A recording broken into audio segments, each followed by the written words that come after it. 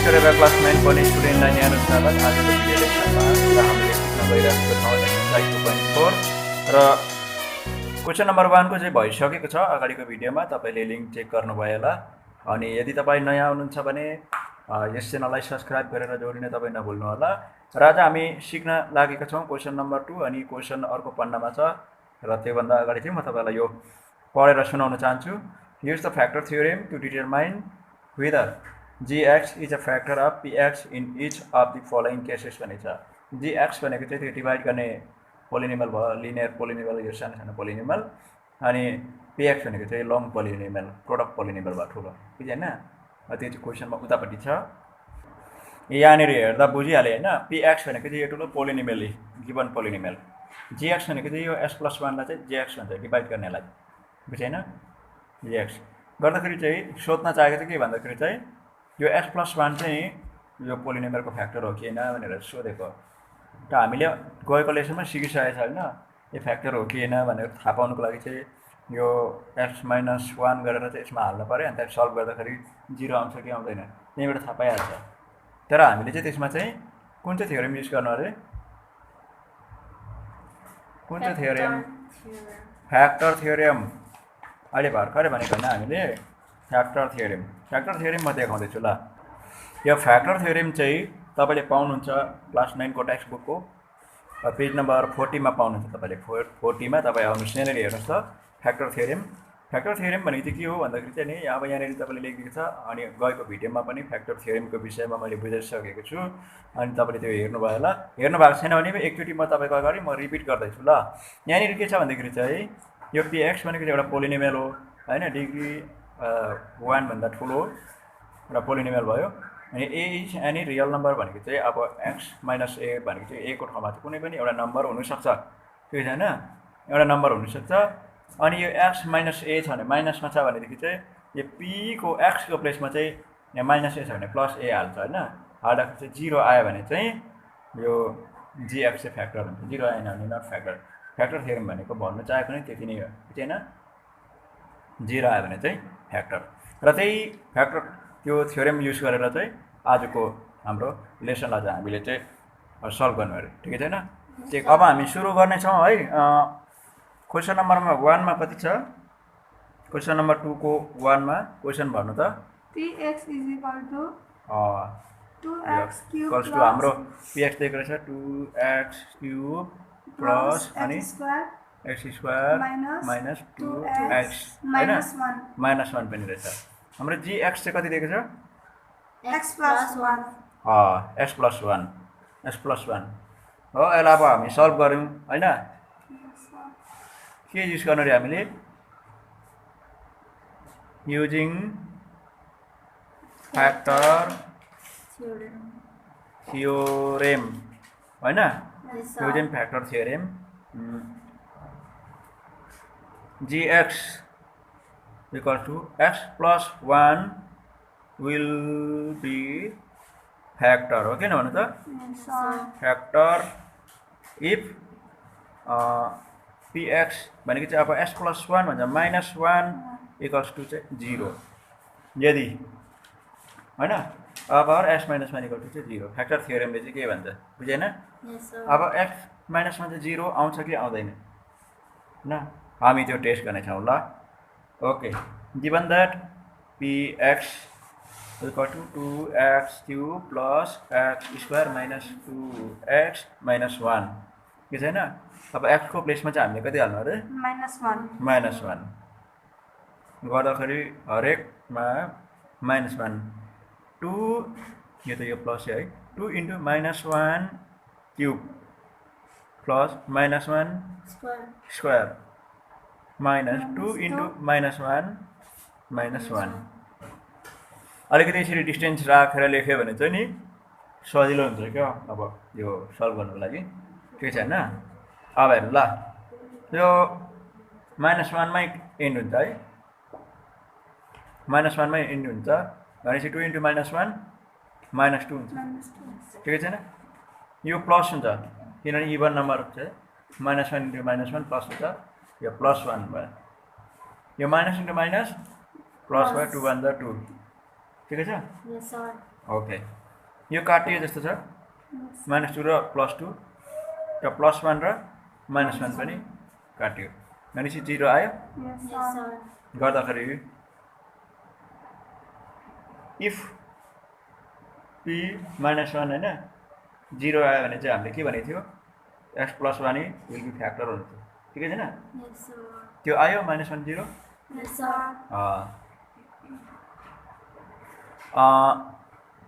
where p -1 = 0 therefore gx is factor of px बुझ्यो Yes, sir. Clear है Yes, sir. Okay अब अर्को number हामी गर्नेछौँ अर्को नम्बर भने त क्वेसन नम्बर 2 मा के छ px को value Px is equal to x cube x³ plus 3x square plus 3x plus 1 भयो यो हाम्रो px gx हाम्रो कति छ g पोलिनोमियल x+2 ओके यो पनि यही हो x+2 will be factor if हैन if p - 2 = 0 0 आउनु पर्छ हैन Yes, sir. त आउँछ कि आउँदैन हेरौँ है त हम देखते हैं ठिकै छैन p को प्लेसमा हामीले कति लाउनु -2. -2 किनभने +2 दिएपछि -2 हुन्छ त्यो रियल नम्बर अनि -2 क्यूब लागिहाल्यो 3 * -2 स्क्वायर प्लस 3 * -2 प्लस 1 ठिकै छैन यो कति कन्फ्युज हुन्छ होला x को प्लेसमा सबै -2 लगाएको इस ठिकै छैन Yes, sir. यो सिधै -8 आउँछ बुझ्यो Yes, Yes, sir. sir.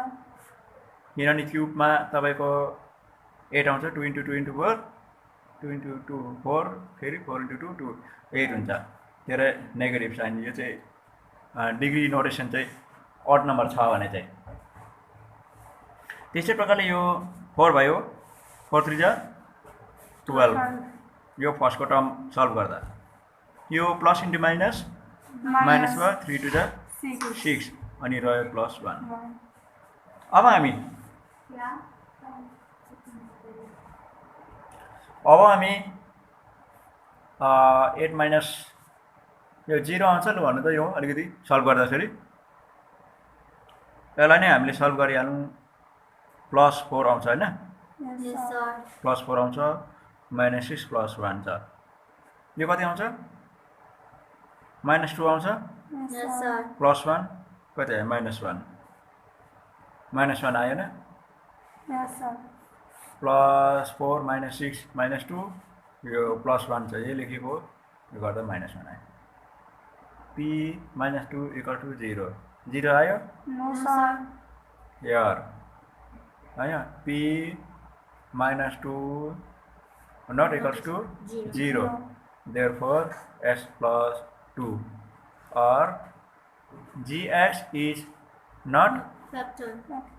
factor of px Yes.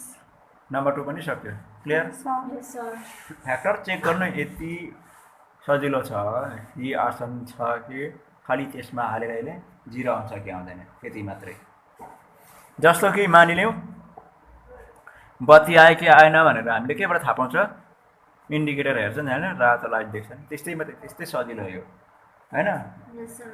Okay last one अब हाम्रो क्वेसन नम्बर 3 हामी सल्भ गरौँ क्वेसन नम्बर 3 को भन्नु है त क्वेसन नम्बर 3 मा कति छ px को value X cube minus x³ minus 4 4x square plus square plus x plus 6 रहेछ है gx चाहिँ कति छ x minus 3. x minus 3 okay अब यसलाई हामीले x minus 3 is factor if p मतलब प्लस 3. हैन 3 = 0 आउनु पर्ने हैन 0 आउनु पर्यो नि त आउँछ कि आउँदैन हामी हेर्दैछौँ ल यहाँ कति हाल्नु पर्यो x को प्लेसमा 3 plus 3 Plus 3. प्लस 3 प्लस लेख्नेको जरुर नै हैन Yes, sir. 3 क्यूब हैन माइनस 4 * 3 स्क्वायर प्लस 3 प्लस 6 हेरौँ यो सल्भ गर्दाखेरि 0 आउँछ आउँदैन बस त्यति मात्रै होइन यसलाई कति हुन्छ यो सल्भ गर्दा 27 am I right Yes, sir. कसरी 27 3 2 3 9 9 3 27 यो कति आउँछ 3 9 हैन Yes, sir. 3 2 6 चाहिँ हैन नि फेरि त्यस्तो मिस्टेक गर्नु भएन नि हैन 3 2 6 चाहिँ हैन नि फेरि कसरी 3 2 6 9 9 4 36 यस प्लस 3 प्लस 6 अब हामी हेरौँ 27 मा 3 जोड्दा कति हुन्छ 30 हुन्छ Yes, sir. Yes, sir. हुन्छ है 30 अनि अझै 6 जोड्दा 36. 36 36 यता 36 36. कति आयो अब यो 0. 0 आयो वा here p equals to 0 यो आयो है Yes, Yes, sir. sir. Factor यदि p3 equal to 0 हैन therefore gx is factor of PX. px यसरी नै क्वेसन नम्बर 1 देखिको 3 सम्म आजको भिडियो लेसनमा समाप्त भएको छ बाँकी अरु लेसनको लागि आउँदो भिडियो तपाईले वेट गर्नु होला thank you Thank you, sir.